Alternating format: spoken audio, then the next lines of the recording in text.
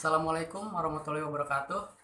Nama saya Taufik Hidayat Hermawan, mahasiswa Universitas Pamulang, jurusan Manajemen Reguler B.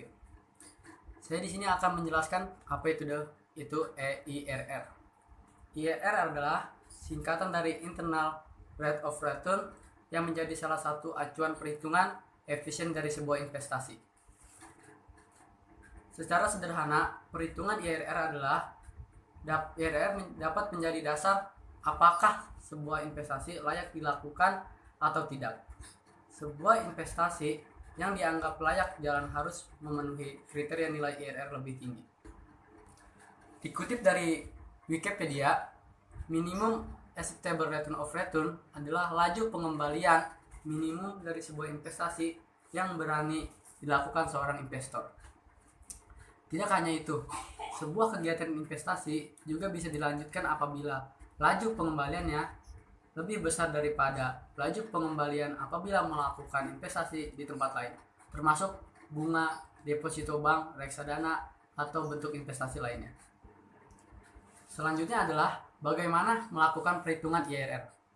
Internal Rate of Return IRR sebetulnya adalah metode untuk menghitung tingkat bunga discount rate yang membuat nilai saat ini dari seluruh perkiraan arus kas masuk sama dengan nilai sekarang dari ekspektasi arus kas yang keluar.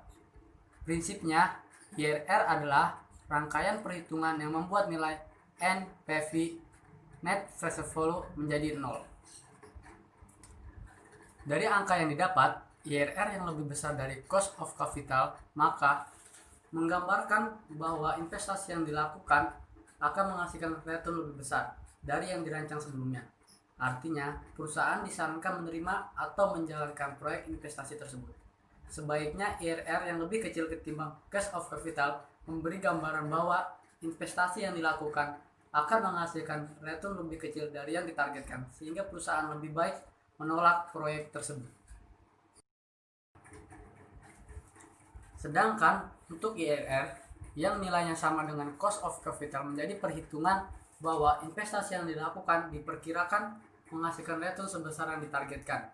Berikut rumus IRR. IRR sama dengan Internal Rate of Return. RK sama dengan tingkat bunga yang lebih kecil atau rendah. RB tingkat bunga yang lebih besar atau tinggi. NPV RK sama dengan Net Present Value pada tingkat bunga kecil. TPV RK sama dengan Total Present Value pada tingkat bunga kecil. TPV RB sama dengan Total Present Value pada tingkat bunga yang besar.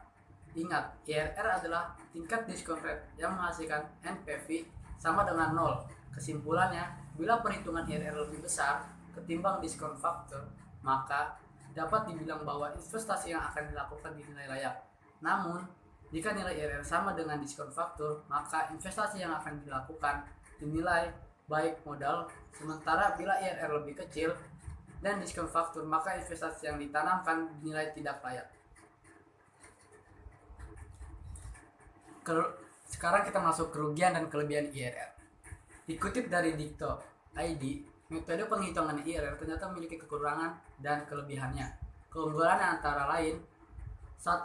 Menggunakan metode ini dapat mengetahui dengan jelas apakah investasi yang dilakukan dapat menaikkan nilai perusahaan. 2. Metode ini mempertimbangkan semua arus masuk yang ada.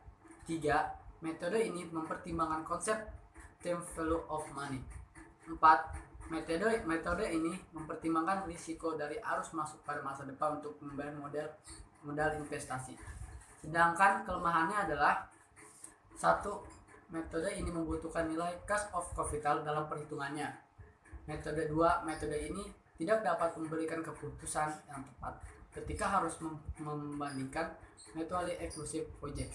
3. Metode ini tidak dapat memberikan hasil yang maksimal ketika harus memilih suatu proyek yang kapitalnya berupa rasio.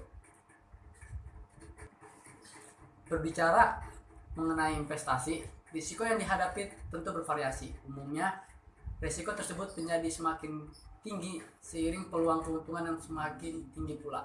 Dalam hal ini, perusahaan perlu membuat langkah-langkah kalkulasi risiko untuk memilih bentuk investasi yang layak diambil perhitungan dengan IRR atau internal rate of return bisa menjadi salah satu solusinya.